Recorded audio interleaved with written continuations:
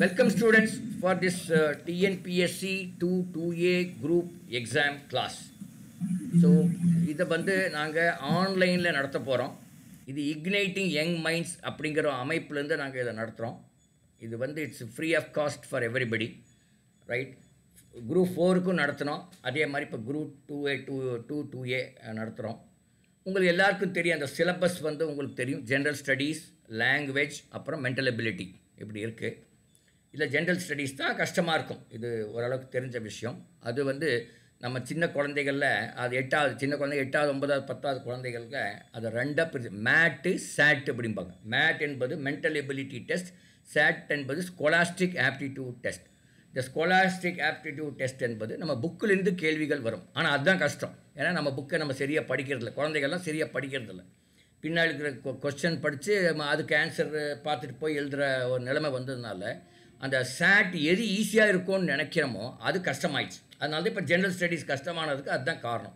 Because it's nothing but your mathematics, your science, your social science, இவ்வளோ தான். எல்லாமே நம்ம படித்த விஷயங்கள் தான். நம்ம புக்குக்குள்ளே படிச்சிருக்க மாட்டோம். அப்படியே இப்போ புக்கில் பார்த்தீங்கன்னா சமச்சீரில் படித்தவங்க தெரியும். டூ யூ நோ, இது தெரியுமா அப்படியெல்லாம் கேட்டிருப்பாங்க இல்லையா? அதெல்லாம் படிப்பாமையே வந்திருப்போம். ஆனால் நம்ம இந்த டிஎன்பிஎஸ்சி மாதிரி ஒரு பரீட்சையில் அந்த மாதிரி இதில் கேள்விகள் வருவதற்கு வாய்ப்பு இருக்கிறது.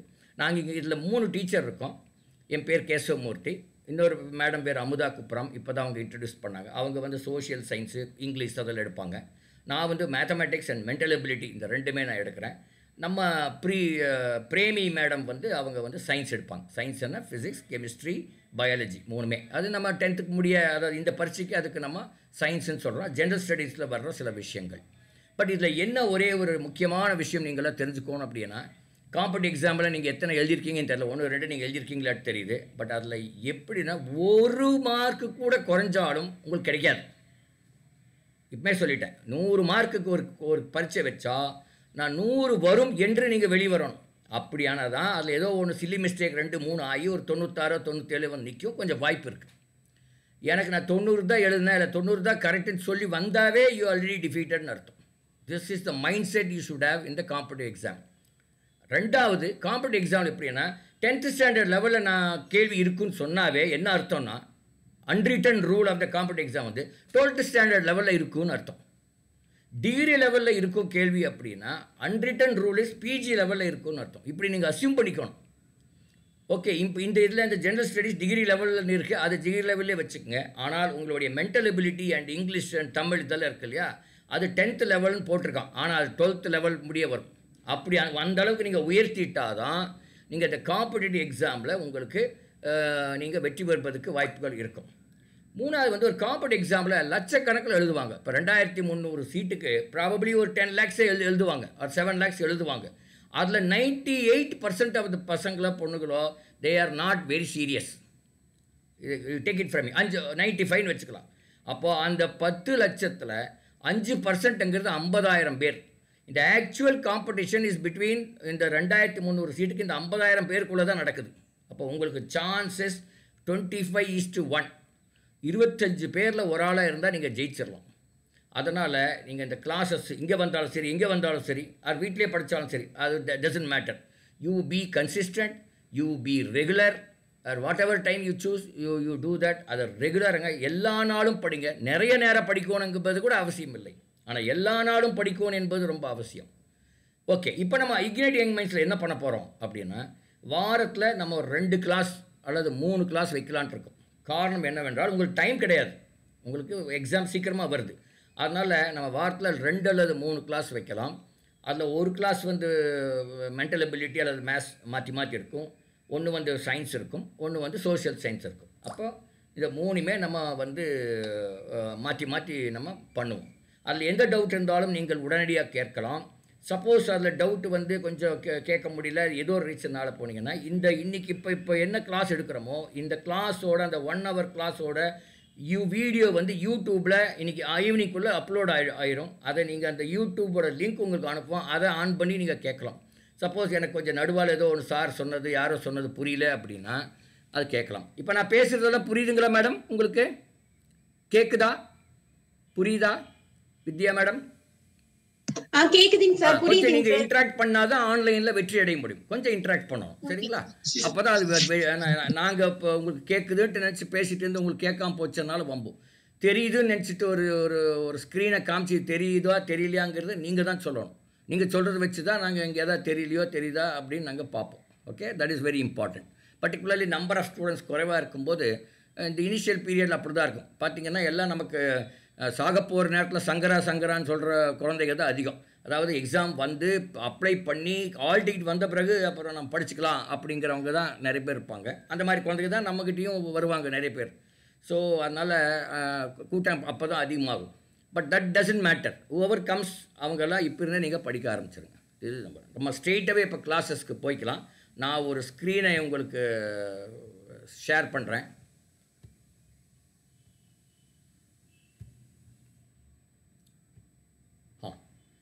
ஸ்க்ரீன் ஒன்று தெரியுதுங்களா மேடம்? Yes sir. அவங்க madam, Vidya madam, Mani madam தெரியுதா?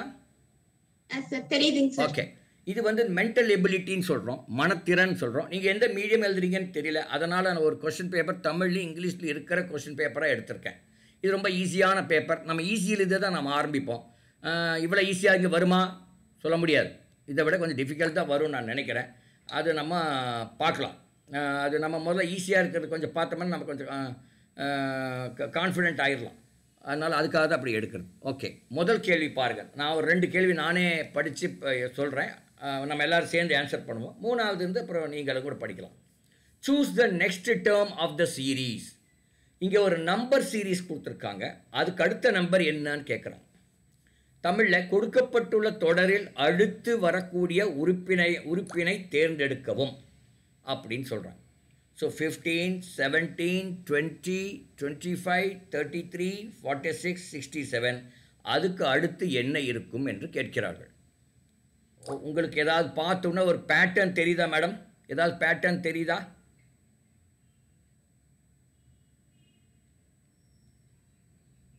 ஃபிஃப்டீனுக்கும் 17க்கும் உள்ள வித்தியாசம் 2. அடுத்தது 17க்கும் 20க்கும் உள்ள வித்தியாசம் 3. அதுக்கப்புறம் 5. 20க்கு 25க்கு வித்தியாசம் 5. 25க்கும் 33க்கும் உள்ள வித்தியாசம் வந்து 8. அப்போது அந்த 5 என்பது முதல்ல ஒரு 2 வித்தியாசம், ஒரு 3 வித்தியாசம் முதல்ல, அது 2 கூட்டி அடுத்தது 5ன்னு வருது. அதுக்கடுத்தது அந்த 5 3 கூட்டி 8 வித்தியாசம் வருது. அதுக்கடுத்து அந்த 8 5 கூட்டி 13 வித்தியாசம் வருது. அப்போ 13 ப்ளஸ் என்ன 8 13 ப்ளஸ் 8 21 வித்தியாசம் வந்து 46 ப்ளஸ் 21 67 வந்தது. அதுக்கு அடுத்து என்ன வித்தியாசம் வரும்? உடனடியாக இருக்கிறது 21 வித்தியாசம். அதுக்கு முன்னாடி இருப்பது 13 வித்தியாசம். அப்போ எவ்வளோ வருது? 21 ப்ளஸ் 13 34 வருது. இப்போ 67ஓட 34 கூட்டினா அது என்ன வருது? அதுதான் ஆன்சர். என்ன ஆன்சருங்க? 67ஓட 34 கூட்டினா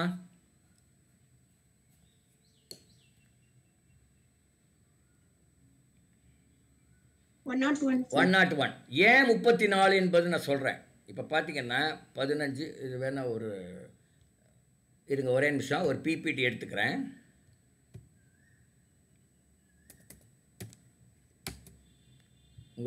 உங்களுக்கு ஒரு பிபிடி எடுத்து அதில் எழுதி காமிச்சா உங்களுக்கு கொஞ்சம் தெரியும். ஸோ ஸ்டார்ட் வித் உங்களுக்கு அது மாதிரி பண்ணலாம்.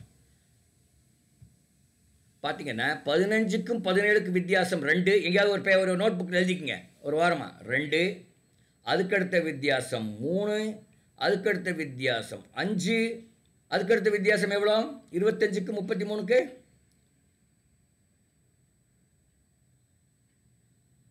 8. அதுக்கப்புறம் வித்தியாசம் எவ்வளோ வருதுமா?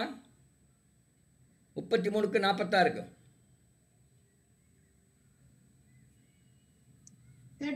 13. அப்புறம் 21 வருது. அப்போ அந்த 13 இப்போ ஏன் 5 வந்ததுன்னா அதுக்கு முன்னாடி இருந்த 3 2 கூட்டி 5ன்னு போட்டாங்க. ஏன் 8 வந்ததுன்னா அதுக்கு முன்னாடி உள்ள 3 5 கூட்டி 8ன்னு போட்டாங்க. ஏன் 13 வந்ததுன்னா அதுக்கு முன்னாடி உள்ள 5 8 கூட்டி 13 போட்டாங்க. அப்போது ஏன் 21 போட்டாங்கன்னா 13 8 கூட்டி 21 போட்டாங்க. அடுத்து என்ன போடணும்னா 21 13 கூட்டினா எவ்வளோ வருது? 34. 34 வித்தியாசம் வரணும்னா 67ஓட 34 கூட்டினா 101 வருகிறது. 101 இருந்தால் தான் அது கரெக்டாக வரும். ஓகே, ஆன்சர் வந்து 101, 101. Are you with me madam, both of you? புரியுதுங்களா? Yes, sir. Clear, sir. Clear. Okay, சரி, நெக்ஸ்ட் கொஸ்டின் போயிடலாம்.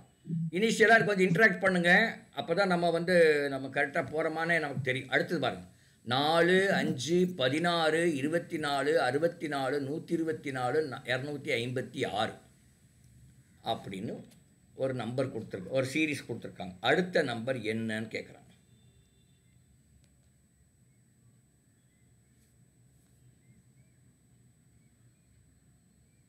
இப்போ இப்படி பார்க்கலாம், 4, 5, 16, 24 அடுத்தடுத்த நம்பரை எடுத்து 2 சீரீஸாக மாற்றலாம். ஒரு சீரீஸ் வந்து 4, 16, 64, 256, இது ஒரு சீரீஸாக மாற்றுங்க, ஒரு சீரீஸாக வச்சுங்க. அடுத்த சீரீஸ் என்ன 5, 24, 124, அப்புறம் தெரியல வைக்கிறாங்க. 2 சீரீஸாக பாருங்கள்.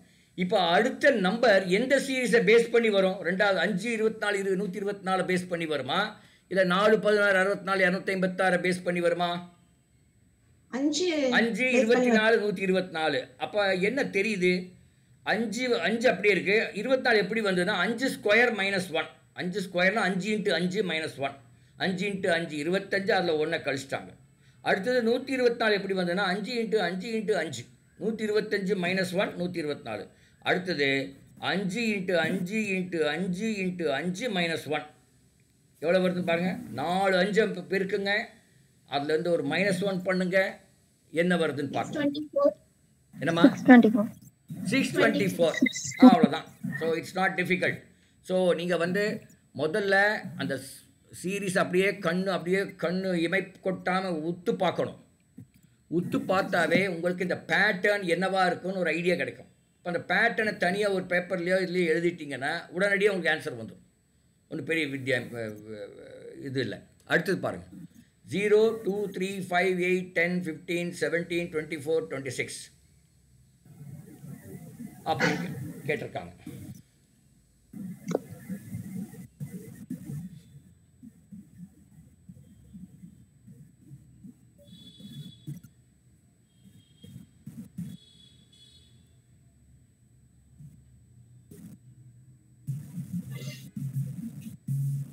அடுத்த நம்பர் என்ன வரும்னு கேட்குறாங்க, பார்க்கலாம்.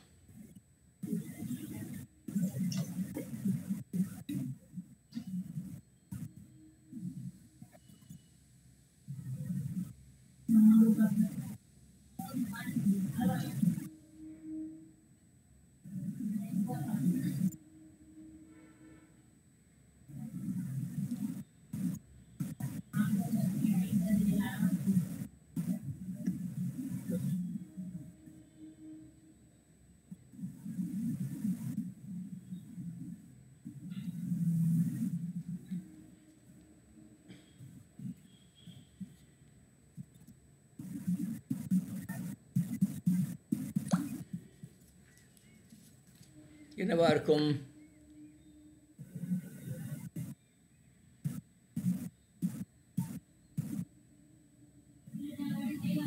அடுத்தடுத்த சீரீஸ் எடுத்து பாருங்க. 0, 3, 8 அப்படி 2 சீரீஸை பிரித்து பாருங்க. 0, 3, 8, 15, 24 அப்படி ஒரு சீரீஸு. இன்னொன்று வந்து 2, 5, 10, 17, 26. அப்போ முதல் இதில் வந்து வித்தியாசம் 3, 5, 9 என்ன வரும் ஆன்சரு? 2 சீரீஸாக பிரிச்சுக்கன்னு சொல்கிறேன்.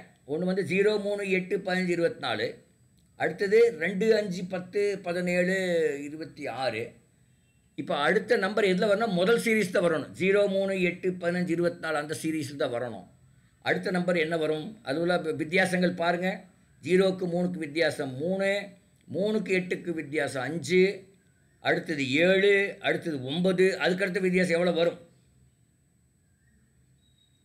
3, 5, 7, 9. அதுக்கடுத்த வித்தியாசம் எல்லாம் ஒற்றைப்படை என்ன வருது? 3 5 7 9 அதுக்கு அடுத்த ஒற்றைப்படை எண் என்ன 11 11 அப்ப 11 நீங்க ஆட் பண்ணி எதோட ஆட் பண்ணணும் 11 24 ஓட ஆட் பண்ணணும் வெரி குட் 24 ஓட ஆட் பண்ணா அப்ப 35 இஸ் தி ஆன்சர் இது கஷ்டம் கிடையாது ஆனா கண்டிப்பா நீங்க தப்பு பண்ணிட்டு தான் வருவீங்க இப்பவே சொல்றேன் காரணம் என்னன்னா உங்க கான்சென்ட்ரேஷன் வந்து அப்படியே அலாதி கான்சென்ட்ரேஷனா இருக்கணும் அப்படியே ஒரு முனிவர் எப்படி அப்படியே தியானத்தில் உட்கார்றார் அந்த மாதிரி நீங்கள் இருந்தால் தான் இதை ஜெயிக்க முடியும் ஏன்னா காம்படிஷன் அவ்வளோ அதிகம் அப்படி இருந்தால் தான் போடவும் முடியும் உங்களால் சரிங்களா அது உங்களுக்கெல்லாம் தெரியும் நான் சொல்கிறதெல்லாம் ஒன்றும் புதுசு கிடையாது நீங்கள்லாம் அதெல்லாம் பார்த்துட்டு வந்தவங்க தான் மீண்டும் ஏன் நான் சொல்கிறேன் அப்படின்னா அது அவ்வளோ முக்கியத்துவம் இது பெரிய அறிவு வேணுமா மேடம் இந்த கேள்வியை ஆன்சர் பண்ணுறதுக்கு கான்சென்ட்ரேஷன் தான் வேணும் ஃபோக்கஸ் கான்சென்ட்ரேஷன் அப்படி தான் வேணும் okay choose the missing term of the series கொடுக்கப்பட்டுள்ள தொடரில் விடுபட்டுள்ள உறுப்பினை தேர்ந்தெடுக்கவும் 1 2 5 14 41 122 டேஷ் 1094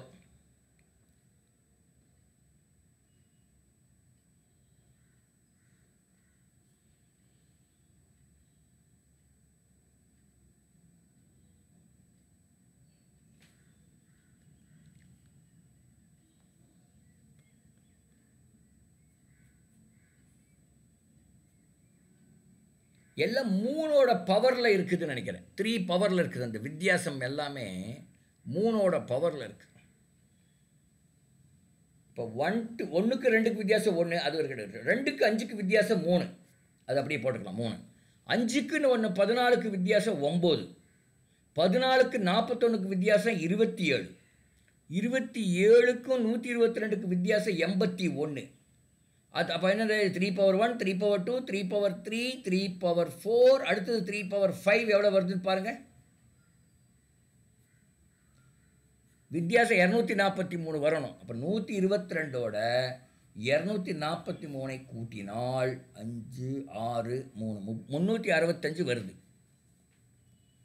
ஏன் 243 கூட்டணும் அப்படின்னா the differences are in the powers of 3/1 3/2 3/3 3/4 அப்படி வருது அண்டர்ஸ்டாண்ட் ஆகுதா மேடம் புரியுதா அப்படியே ஜீரணம் பண்ணுங்க இது ஆக்சுவலி இது அண்டர்ஸ்டாண்டிங்கிறதுல நீங்கள் ஜீரணம் பண்ணணும் இதை அது எப்படி வந்தது அந்த 243 எப்படி அரைவ் பண்ணோன்னா அது 3/5 ஏன் 3/5 போடணும் அதுக்கு முன்னாடி டிஃப்ரென்ஸ் எல்லாம் 3/0 மொதல் 1க்கு 2க்கு நடுவால் 1 தான் வித்தியாசம் அது நத்திங் பட் 3/0னா 1 தான் அடுத்தது 3/1 அப்புறம் 3/2 3/3 3/4 3/5 அந்த மாதிரி புரியுதுங்களா madam Vidya madam are you with us yes sir okay இல்லை இன்னொரு மேடம் அவங்க மணி மேடம் எஸ் சார் நீங்கள் ஏதாவது அவசரமாக போக வேண்டிய அவசியமே இல்லை நீங்கள் ஒவ்வொரு இதுலேயும் நீங்கள் இது மாதிரி எத்தனை லாஜிக் இருக்குது சார்னு கேட்பீங்க அதுக்கு ஸ்கை இஸ் த லிமிட் இவ்வளோ லாஜிக்கல் ஆனால் ஒரு 10லேருந்து 20 லாஜிக் நீங்கள் தெரிஞ்சிட்டிங்கன்னா 21 22வது லாஜிக்கு நீங்களே கண்டுபிடிச்சிருவீங்க இது எப்படின்னா உங்களுக்கு உங்கள் அம்மா வந்து தோசை பண்ணி கொடுக்குறதுக்கு சொல்லி கொடுத்துருப்பாங்க சொல்லி கொடுத்தாங்களா மேடம் உங்களுக்கு மணி மேடம் அண்ட் வித்யா மேடம் உங்களுக்கு தோசை பண்ணுறதுக்கு யார் சொல்லி கொடுத்தாங்க அம்மா சொல்லி கொடுத்தாங்களான்னு கேட்குறேன் அதே மாதிரி தோசையிலேருந்து மசாலா தோசை பண்ணுறதுக்கும் அவங்க சொல்லி கொடுத்துருப்பாங்க அதுக்கப்புறம் என்னென்னமோ தோசை ரவா என்னமோ தோசையெல்லாம் அதான் சொல்லி கொடுத்தாங்களா அவங்க அதெல்லாம் எப்படி இப்போ கண்டுபிடிச்சி நீங்களே கண்டுபிடிச்சிட்டீங்க அப்போ அந்த முதல்ல 2-3 தோசை நியர்லி ஒரு 80 வகையான தோசை இருக்குங்கிறாங்க இன்னைக்கு ஓகே நம்ம வீடுகளில் அட்லீஸ்ட் ஒரு 7-8 வகையாக நம்ம பண்ணுவோம் அதில் முதல் 2 வகையை அம்மா சொல்லி கொடுத்துருப்பாங்க அதான் இந்த கிளாஸில் ஒரு 2 வகை 3 வகை சொல்லி கொடுக்குறோம் நீங்கள் போய் டெவலப் பண்ணிக்கலாம் எவ்வளோ வகை தோசை வேணும் நீங்கள் பண்ணிக்கலாம் அது மாதிரி தான் எவ்வளோ வகை வேணும் நீங்களே இது பண்ணிக்கலாம் ஒன்றும் பெரிய கம்ப சூத்திரம் கிடையாது ஓகே அடுத்த கேள்வி பாருங்கள் AKLBCMNDEO-GQRH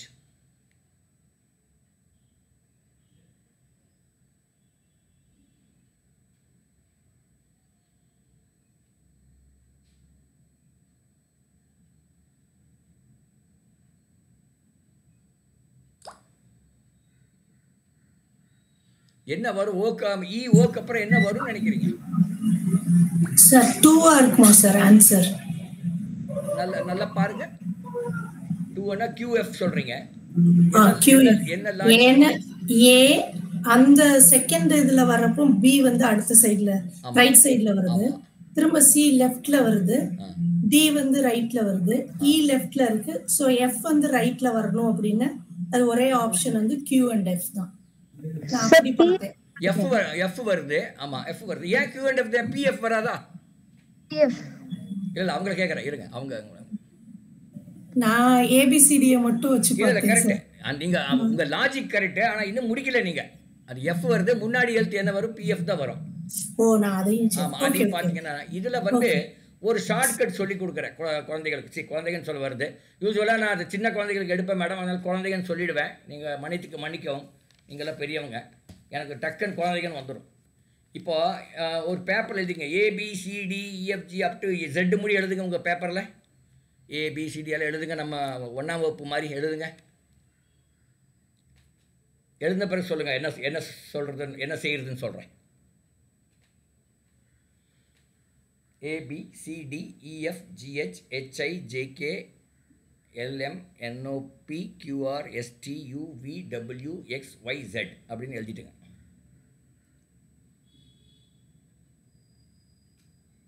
எழுதின பிறகு அந்த ஏலேருந்து 1 2 3 நம்பர் கொடுங்க.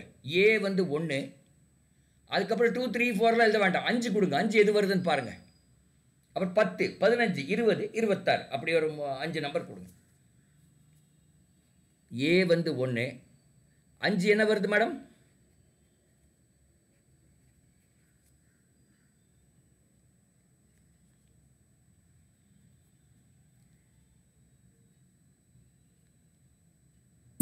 E வந்து 5 வருது சார். E வந்து 5 வருது. J வந்து இல்ல 10 வந்து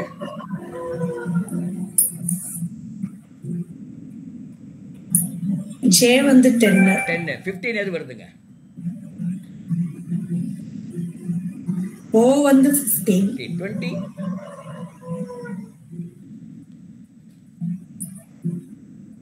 T வந்து 20. அப்போ 26 வந்து Z. அப்போ நீங்க என்ன தெரிஞ்சுக்கோன்னா 1 5 10 20 15 20 26 தெரிஞ்சுட்டாவே மற்றதெல்லாம் தெரிஞ்ச மாதிரி அர்த்தம். அப்புறம் முன்ன பின்ன பார்த்துக்கலாம். 1 வந்து A, 5 வந்து E, 10 வந்து J, 15 வந்து O, 20 வந்து T, 26 வந்து Z. திடீர்னு U எவ்வளோ வேணும்னு கேட்டால் நமக்கு தெரியணும்னா நம்ம போய் முதலேருந்து கூட்ட வேண்டாம். நமக்கு தெரியும் T = 20. டீக்கு அப்புறம் U வருது. அப்போ 21. U வந்து 21ங்களா மேடம்? Yes sir. இதுதான் இந்த தியரியை நீங்கள் மனசில் வச்சுக்கோங்க எல்லாருமே. இந்த தியரியை மனசுக்கு வைக்கிறது ரொம்ப முக்கியமான ஒரு விஷயம் அது. இப்போ இந்த கேள்வி பார்க்கலாம். ஏகே அதுதான் சொல்லிட்டோமா, அதுதான் முடிஞ்சு போச்சு. ஓகே, அது அதுக்கு நம்ம கொஸ்டனை பார்த்துட்டோம். அதுக்கப்புறம் இந்த தியரியை நீங்கள் மனசில் வச்சுக்கோங்க. இப்போ இதே மாதிரி ஒரு தியரி பண்ணலாம். ஜெட்டுக்கு பின்னாடிந்து முன்னாடி வரல. ஜெட்டுக்கு 1, பின்னாடிந்து முன்னாடி வந்து T என்ன வரும்?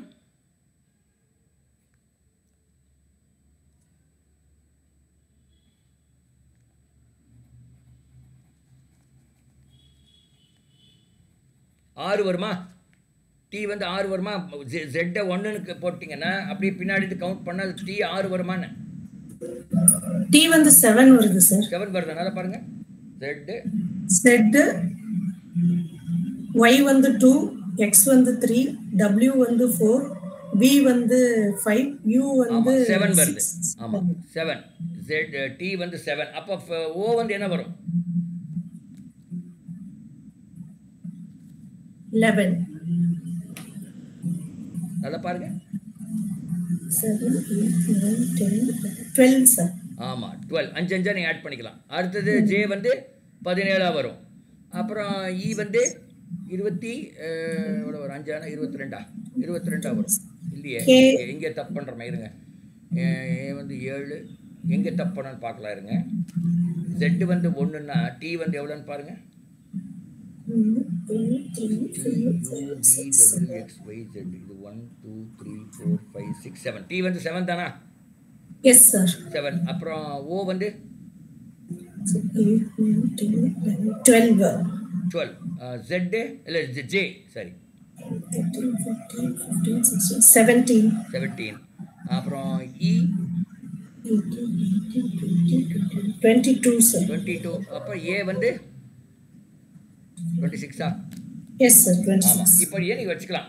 அப்போ AEZOTZ வந்து 1 5 10 20 26 இந்த பக்கம், அந்த பக்கம் 1 7. ஆக்சுவலாக இந்த 1 7 நீங்கள் பார்த்துட்டாவே மற்றெல்லாம் கரெக்டாக 1 7 12 17 22 அப்புறம் 26 இப்படி நீங்கள் மனதில் வைத்துக்கொள்ளலாம். இது கொஞ்சம் வச்சுட்டிங்கன்னா அது உங்களுக்கு இந்த மாதிரி கேள்விகள் வரும்போது ஈஸியாக இருக்கும். இந்த கேள்வியில் அது அவ்வளோ யூஸ் ஆகலை, பட் நிறைய கேள்வி அது யூஸ் ஆகும்.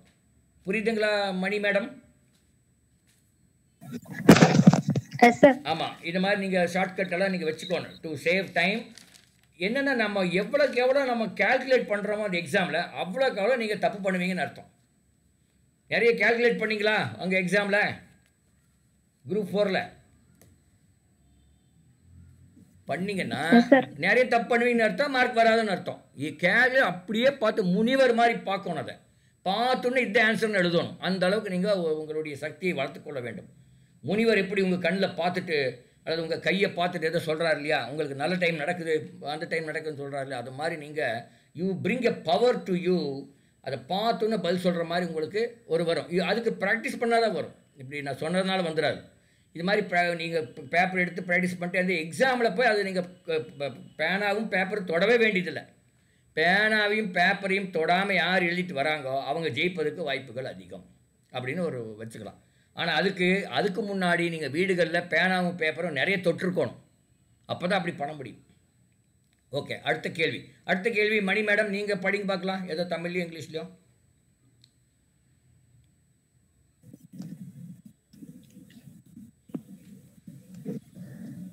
During a sunshine day at 6 p.m., two friends A and B were talking to each other face to face. If B's shadow was exactly to A's left side, then the direction of A facing is. இப்போ இது கேள்வி புரிஞ்சுதான் பாருங்கள். இல்லைன்னா ரெண்டாவது முறை மனசில் கூட படிச்சுங்க. தமிழில் நான் படிக்கிறேன் எல்லாருக்கும் புரிகிற மாதிரி. சூரிய வெளிச்சம் உள்ள நாளில் மாலை 6 மணிக்கு A மற்றும் B என்ற இரு நண்பர்கள் எதிரெதிராக நின்று கொண்டு பேசிக்கொள்கிறார்கள். பியின் நிழலானது ஏக்கு வெகு சரியாக இடப்புறமாக விழுமானால் ஏ நோக்கும் திசை என்ன? அப்படியே பிக்சரை கொண்டு வாங்க. ஒரு ஏ ஒரு பி அப்படி நின்று பேசுகிறாங்க. ஏ ஒரு டைரக்ஷனை பார்த்து நிற்கிறார், பி இன்னொரு டைரக்ஷனை பார்த்து நிற்கிறார். ஆனால் பியோட நிழல் ஏக்கு லெஃப்டில் வருது. இது சாயந்தரம் 6 மணி. ஏ எந்த திசை பார்த்து நிற்கிறாருன்னு கேட்குறாங்க.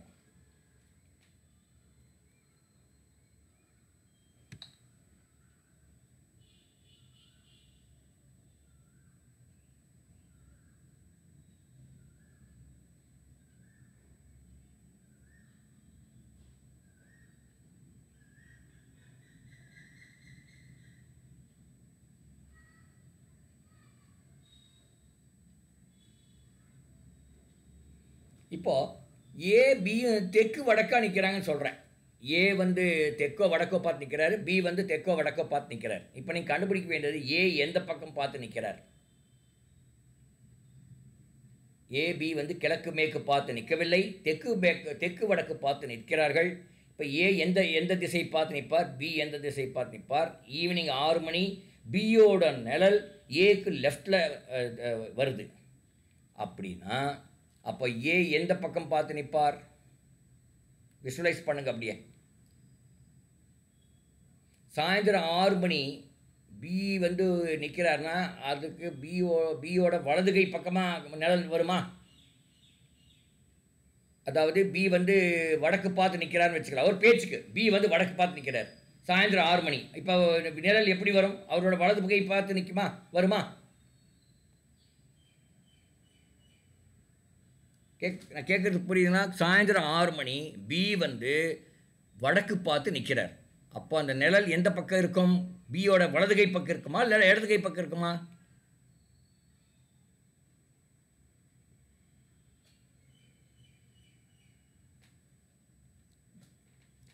அது கேள்வி புரியலன்னு நினைக்கிறேன். கேள்வியே உங்களுக்கு கஷ்டமா இருக்கு மேடம். சார் சன் செட் ஆகுற டைம் அப்படின்னா இப்போ இல்லை நான் அது அந்த கேள்வி அப்புறம் பார்க்கலாம். நான் சிம்பிளாக கேட்குறேன். பி நிற்கிறார், வடக்கு பார்த்து நிற்கிறாருன்னு சொல்லிட்டேன். நார்த் பார்த்து நிற்கிறார். சன் செட் ஆகிற டைம் 6 மணி ஈவினிங். இப்போ அவரோட நிழல் அவரோட வலது கை பக்கம் இருக்குமா, இடது கை பக்கம் இருக்குமா?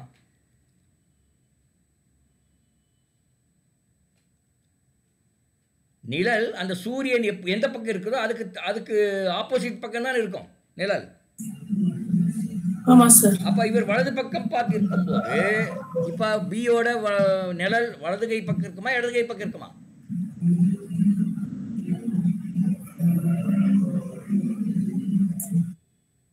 Right hand side. Right hand side பார்த்து தான் இருக்கும். பி வந்து வடக்கு பார்த்து நிற்கிறார், ரைட் ஹேண்ட் சைடு. இப்ப ஏ வந்து தெற்கு பார்த்து நிற்கிறார்னு வச்சுக்கலாம். இப்ப ஏவோட நிழல் அவரோட லெஃப்ட் ஹேண்ட் சைடுல இருக்குமா, ரைட் ஹேண்ட் சைடுல இருக்குமா? லெஃப்ட்ல இருக்கும். லெஃப்ட்ல இருக்கும். இப்ப என்ன கேட்டிருக்காங்க, இப்ப கேள்வி படிங்க. B shadow was exactly to the A's left side. இப்ப B ஓட ஷேடோ ஏக்கு லெஃப்ட்ல இருந்தா ஏ எந்த பக்கம் பார்த்து நிப்பார்? Shadow was exactly to the... இப்ப நான் சொன்னதிலேயே பி வந்து வடக்க பார்த்து நிற்கிறார், ஏ வந்து தெற்க பார்த்து நிற்கிறார். இப்ப பியோட நிழல் ஏக்கு லெஃப்ட்ல இருக்கா, ரைட்ல இருக்கா? நான் சொன்ன எக்ஸாம்பிள் லெஃப்ட் சைடு இருக்கா? அதான் கேள்வியே. பியின் நிழலானது ஏக்கு வெகு சரியாக இடப்புறமாக விழுமானால் ஏ நோக்கும் திசை என்ன? தெற்கு. ஸோ இது வந்து ஒரு பெரிய ஒரு கம்ப சூத்திரம் கிடையாது. நீங்கள் அப்படியே கொஞ்சம் வாட்ஸ்அப் இது முதல்ல எடுத்தோன்னா இவ்வளோ கஷ்டமாக இருக்குங்கிறது எனக்கும் தெரியும். இப்போ எனக்கு நான் இது மேபி 2வது முறையோ 3வது முறையோ நான் இந்த மாதிரி கேள்வி பார்க்குறேன். எனக்கு அது ஈஸியாக இருக்கிற மாதிரி இருக்கும். பட் உங்களுக்குமே அது ஈஸி ஆகிடும். அதுதான் நீங்கள் தெரிஞ்சுக்க வேண்டிய விஷயம். என்ன சாருக்கு மட்டும் தெரியும், எனக்கு தெரியல, அப்படி இல்லை. இது வந்து question of practice. Question of practice. இப்போ நான் தோசை சுட்டேன்னா மேடம் 2 முறை திருப்பி போடல, ஒரு முறை இப்படி சுற்றிடுறேன், 2வது முறை வரவே மாட்டேங்குது, போட்டு அதை நம்ப வேண்டியிருக்கு. அப்புறம் எடுத்து போட்டால் பாய் தோசை தான் திரும்புது. அப்புறம் இன்னொரு பாய் தோசை எடுத்து திருப்புறேன். அப்போ எனக்கு 4 முறை திருப்பினாதான் ஒரு தோசையே வருது. ஆனால் தோசைக்கு 2 முறை திருப்பினா போதும், உங்களுக்கு தெரியுமே. அதனால தான் தோனா 2 இந்தியில் அது சைன்ஸ் 2 டைம்ஸ் சைன்னு ஒரு சத்தம் வரும். அதனால தான் அது தோசைன்னு ஒரு பேர் வச்சுட்டாங்கன்னு ஒரு ஜோக் உண்டு. அது அப்படி இல்லை, பட் ஜோக் அது. சரிங்களா madam? Mani madam, Vidya madam, are you there with us? Yes sir. Okay. Okay. அடுத்தது பாருங்க, இது கொஞ்சம் இப்போ இன்னொரு மேடம் படிங்க. இது அந்த ஒரு மேடம் படிச்சிட்டீங்க, இன்னொரு மேடம் யாரோ ஒருத்தர் படிங்க.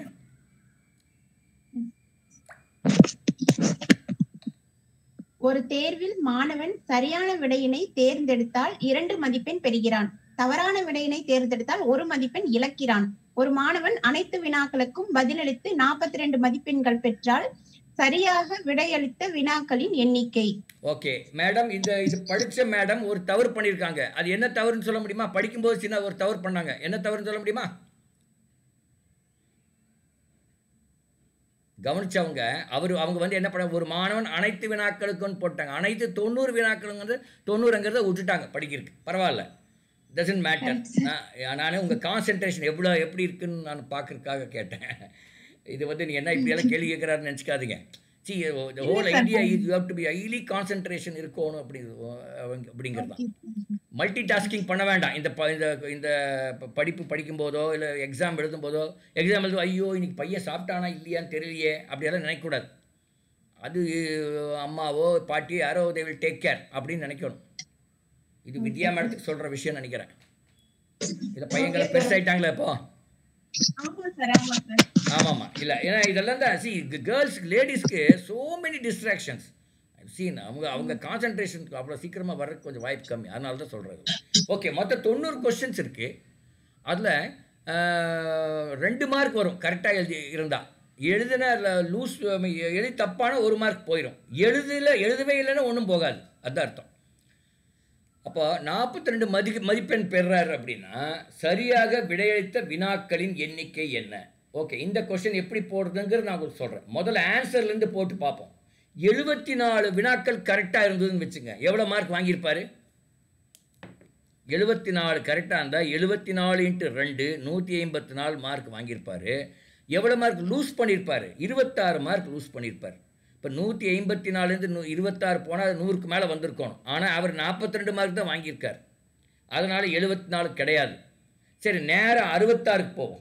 இல்லை சாரி 54க்கு போவோம். ஏன்னா 64 வேண்டாம், 54 போவோம். 54 மார்க் வாங்கினார், 2 மார்க் வீதம் 108 மார்க் வாங்கியிருப்பார். எவ்வளோ மார்க் லூஸ் பண்ணுறார்? 46 மார்க் லூஸ் பண்ணுறார். 108ல் 46 போயிட்டா 62 மார்க் வாங்கிக்கணும். ஆனால் 62 வாங்கலை. அப்போ என்ன ஆன்சராக இருக்கும்னு நினைக்கிறீங்க? 74 கிடையாது, 54 கிடையாது. எது ஆன்சராக இருக்கிறதுக்கு வாய்ப்பு இருக்கு?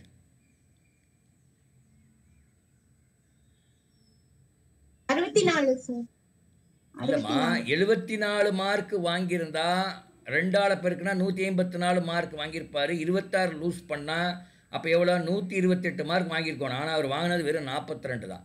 சரி, நான் இன்னொரு நம்பர் ட்ரை பண்ணுறேன். 54 கேள்வி ரைட்டாக வாங்கியிருக்காருன்னு நம்ம அதை சூஸ் பண்ணோம்னா 54 × 2 108 மார்க் வாங்கியிருப்பார்.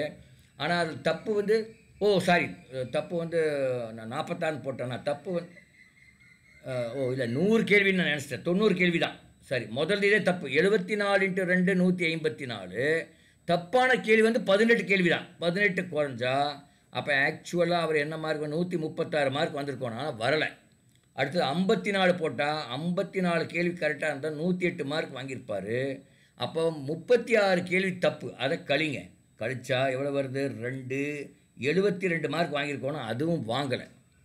இப்போ சார் அந்த 54 90ல மைனஸ் பண்ணிருக்கீங்களா சார்? ஆமா, 54 கேள்வி கரெக்ட். அது மைனஸ் பண்ண பாக்கியெல்லாம் தப்பு இல்லையா? Yes sir. 36 தப்பு. இப்போ 74 கிடையாது, 54 கிடையாது, ரெண்டுமே நிறைய மார்க் வருது. ஆனா அவர் வாங்கின 42 தான். அப்ப எத்தனை கரெக்டா எழுதியிருப்பார்? 64 44? சரி, 44 போட்டு பாருங்க. 44 × 2 எவ்வளோ? 88 மார்க் வாங்கியிருப்பாரா? அப்போ எத்தனை மார்க் லூஸ் பண்ணியிருப்பாரு? 46 கேள்வி தப்பு. 88ல் 46 போச்சுன்னு எவ்வளோ வருது பாருங்க. 88ல் 46 கேள்வி தப்புனா 46 மார்க் போயிடும். இப்போ எவ்வளோ வாங்கியிருப்பார்? 42.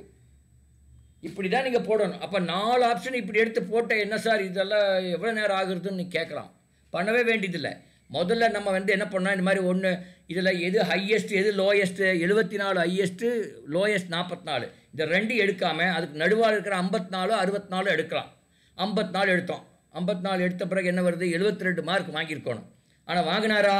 வாங்கலை. 54 மார்க்கு கரெக்டாக எழுதியிருந்தால் 72 மார்க் வாங்கியிருக்கணும். ஆனால் அவர் வாங்கினதே கம்மி. அப்போ அதை விட அவருடைய கரெக்டாக எழுதின கேள்விகள் எண்ணிக்கை குறைவுன்னு தெரிஞ்சிருதா?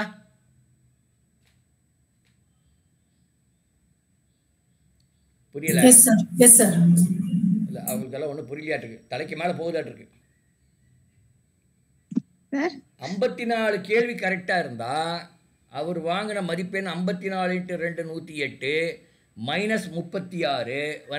36 தவறு. அந்த 36 கழிச்சுட்டா அப்போ 72 மார்க் வாங்கியிருக்கணும். ஆனால் ஆக்சுவலாக எவ்வளோ வாங்கியிருக்கார் அவர்? 42 தான். அப்போ கரெக்டாக எழுதின எண்ணிக்கை 54 விட கம்மியாக இருக்கும். ஒத்துக்கிறீங்களா? அப்போ நீங்கள் இன்னொன்று 44 கேல்குலேட்டே பண்ண வேண்டாம். 44 தான் ரைட்டுன்னு அடிச்சு வந்துட்டே இருக்கலாம். ஹலோ, புரியுதுங்களா மேடம்?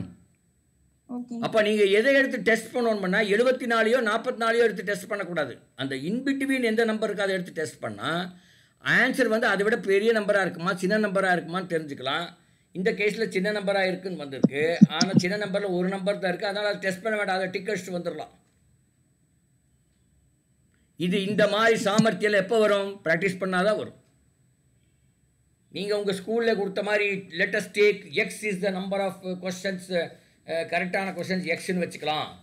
அப்போ 2x, ஆனால் 1க்கு 2 மார்க் 2x மைனஸ் ஒய். அந்த ஒய்ங்கிறது 90 minus x minus 90 minus y equal to 42. இப்படியும் போடலாம். 2x மைனஸ் 90 மைனஸ் ஒய் ப்ராக்கெட்குள்ளே ஈக்குவல் டு 42. அதுலேருந்து நீங்கள் கண்டுபிடிக்கலாம். இப்படியும் எக்ஸு கண்டுபிடிக்கலாம். இதுவும் ஒரு மெத்தட். பட் நான் சொன்ன மெத்தடும் பண்ணலாம். மனக்கணக்காக போடணும்னா நான் சொன்ன மெத்தடில் பண்ணுவது உங்களுக்கு ஈஸியாக இருக்கும். இப்போ எழுதி போடுறது உங்கள் ஸ்கூலில் இப்படி தான் எழுதிப்பாங்க. 2x பாருங்கள், நான் போடுறேங்க. உங்கள் ஸ்கூல் எப்படி போட்டிருப்பாங்கன்னு காமிக்கிறேன் பாருங்கள். இப்போ ஸ்கூலில் பண்ணுற மெத்தட் நீங்கள் ஃபாலோ பண்ணிங்கன்னா இந்த மாதிரி எக்ஸாமில் ஜெயிப்பது கஷ்டம். அதனால தான் அத்தனை பேர் தோக்குறாங்க. ஸ்கூலில் ஃபஸ்ட் மார்க் வாங்கினவங்க கூட தோற்பதுக்கு காரணம் அந்த மெத்தட் இங்கே யூஸ் பண்ணக்கூடாது. நீங்கள் யூடியூப் பார்த்து இப்போ தோசை போட்டால் தோசை நல்லா வருமா மேடம்?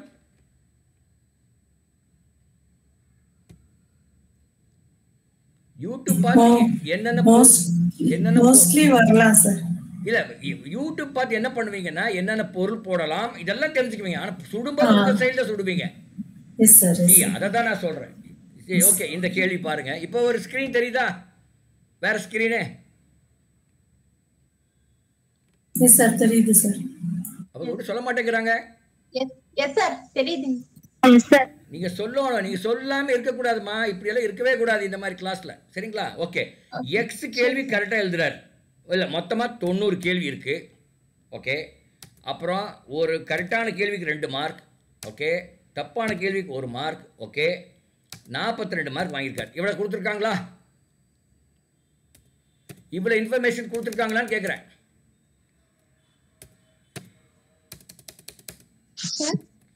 இவ்வளோ கேட்குறது இல்லையா? நான் இப்போ பேசுறது கேட்குறது இல்லையா? உங்களுக்கு எதாவது ஆடியோ ப்ராப்ளமா? இல்லைங்க சார். மொத்தம் 90 கேள்வி இருக்குன்னு கொடுத்துருக்காங்க. அது ஒத்துக்கிறீங்களா? Yes sir. நல்ல கரெக்டாக எழுதுனா 2 மார்க்குன்னு கொடுத்துருக்காங்க. அது ஒத்துக்கிறீங்களா? Yes sir. தப்பாச்சுன்னா 1 மார்க் போகுது. அது ஒத்துக்கிறீங்களா? Correct sir. அப்புறம் 42 மார்க் வாங்கியிருக்காங்கன்னு சொல்கிறாங்க. ஒத்துக்கிறீங்களா? Yes sir.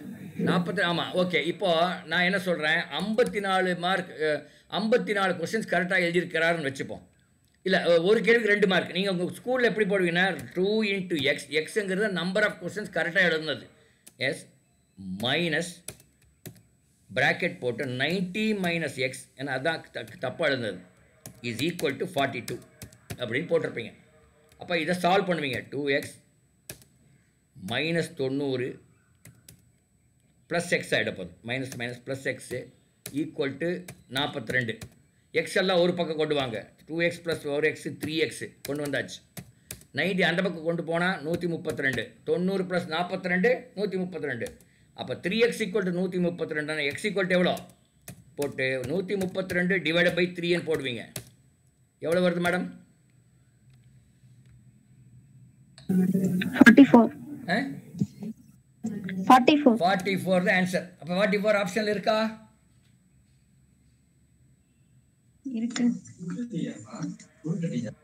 இருக்குதான்னு கேட்குறேன். ஓ அந்த இது ஸ்க்ரீனை காமிக்கிறேன். 44 ஆப்ஷன் இருக்கா? இது இப்படியும் பண்ணலாம். இந்த மாதிரி தான் நீங்கள் ஸ்கூலில் சொல்லிக் கொடுக்குறேன். நான் சொல்லிக் கொடுக்குற மெத்தட் கொஞ்சம் வித்தியாசமாக இருக்குது. இந்த மெத்தடு தெரிஞ்சுக்கங்க. நான் சொல்லிக் கொடுக்குற மெத்தட் எப்படின்னு பாருங்கள். நான் காமிக்கிறேன் பாருங்கள். இப்போ நான் ஸ்பேஸ் உண்டாக்கிக்கிறேன்.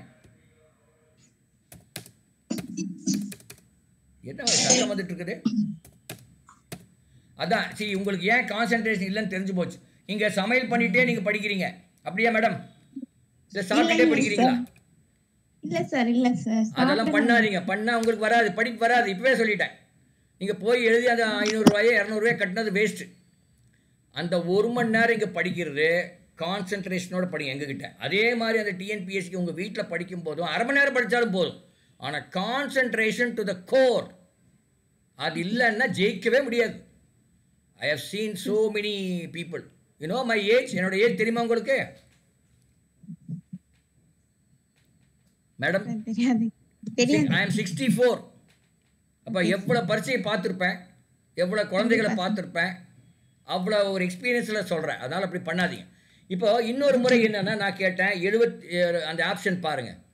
ஆப்ஷன் வந்து 74, 64, 54, 44 கொடுத்துருக்கேன். நான் வந்து 54 எடுத்துக்கிறேன். ஆப்ஷன் 54 எடுத்துக்கிறேன். 54 கொஸ்டின் கரெக்டுன்னு பார்த்தா 54 × 2 108 மார்க் வாங்கிட்டேன். 54 கரெக்டுன்னா தப்பு வந்து 36. 90ல் 54 36. அப்போ 108 - 36 போட்டால் எவ்வளோ வருதுன்னு பாருங்கள். 72 வருது. ஆனால் ஆக்சுவலாக நமக்கு 42 வரும். 42 மார்க் தான் வாங்கியிருக்காரு. அப்போ 54 இல்லை அப்படின்னு கண்டுபிடிச்சிடலாம். இப்போ 54 விட கரெக்டாக பண்ணது 40 கம்மியாக இருக்கணும். ஆன்சரில் பார்த்தீங்கன்னா 54 விட கரெக்டாக போட்டு கம்மியாக இருக்கிறது ஒன்றே ஒன்று தான், 44. இதுக்கு நீங்கள் கேல்குலேட்டே பண்ண வேண்டாம், நேராக போட்டுடலாம். இதுதான் ஆன்சர். சரிங்களா? So this is how you should do to save time. நீங்கள் வந்து டைம் சேவ் பண்ணணும்.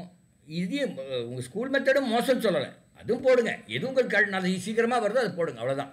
இது இது இது இப்படி போடுங்க அப்படி போடுங்கன்னுலாம் சொல்லலை, அப்படி போடுங்க. அடுத்து இன்னும் ஒரு கேள்வி பார்த்துட்டு நம்ம அப்புறம் ஸ்டாப் பண்ணிக்கலாம். The number of benches in a class தெரியல.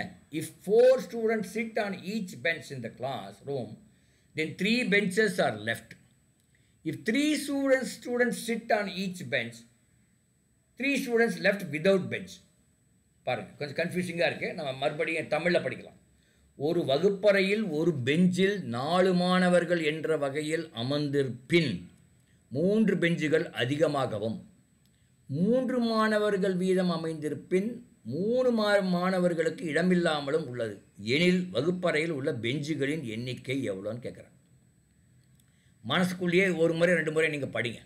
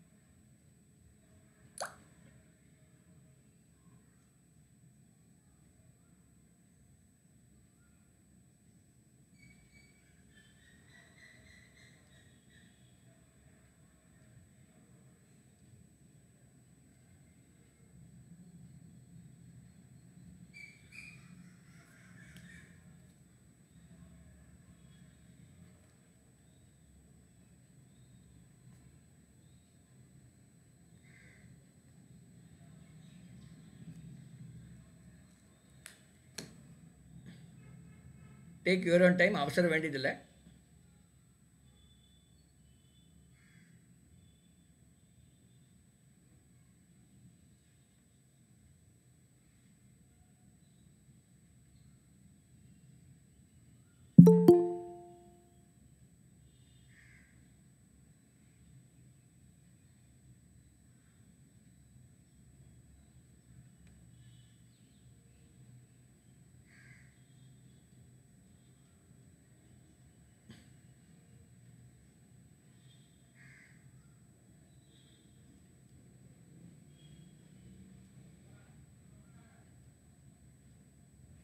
பஸ் பார்க்கலாமா?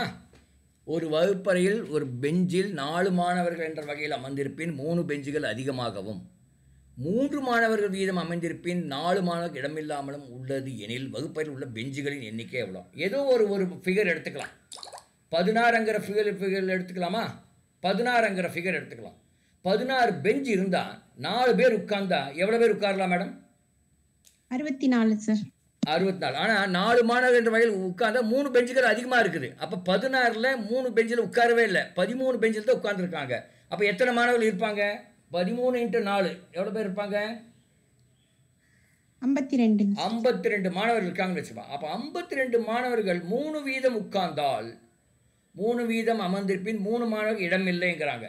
அப்போ 52 மொத்தம் எவ்வளோ பெஞ்சு? 16 பெஞ்சு. 16 3 பேருக்குன்னா எவ்வளோ வரும்? 48 மாணவர்கள் உட்காரலாம். அதோட 3 பேர் உட்கார முடியல, அதை கூட்டம் 51 மாணவர்கள் வருது. பட் ஆக்சுவலாக நம்ம முதல் கேஸில் எவ்வளோ வந்தது? 52 வந்ததா? அப்போ அதுக்கு சரியான ஆன்சர் கிடையாது. அடுத்தது 15 எடுத்து பார்க்கலாம். 15 எடுங்க. 15 பெஞ்ச் இருந்தால் 3 பெஞ்சில் ஆளே கிடையாது. அப்போ 12 பெஞ்சு இன்ட்டு 4 பேர் போட்டால் 48 பேர். ஆனால் அந்த 3 பெஞ்சில் 3 இல்லை, அந்த 15 பெஞ்சில் 3 பேர் உட்காந்தா 45 பேர். அப்புறம் ஒரு 3 பேருக்கு இடமில்லை. 45 × 3 எவ்வளோ?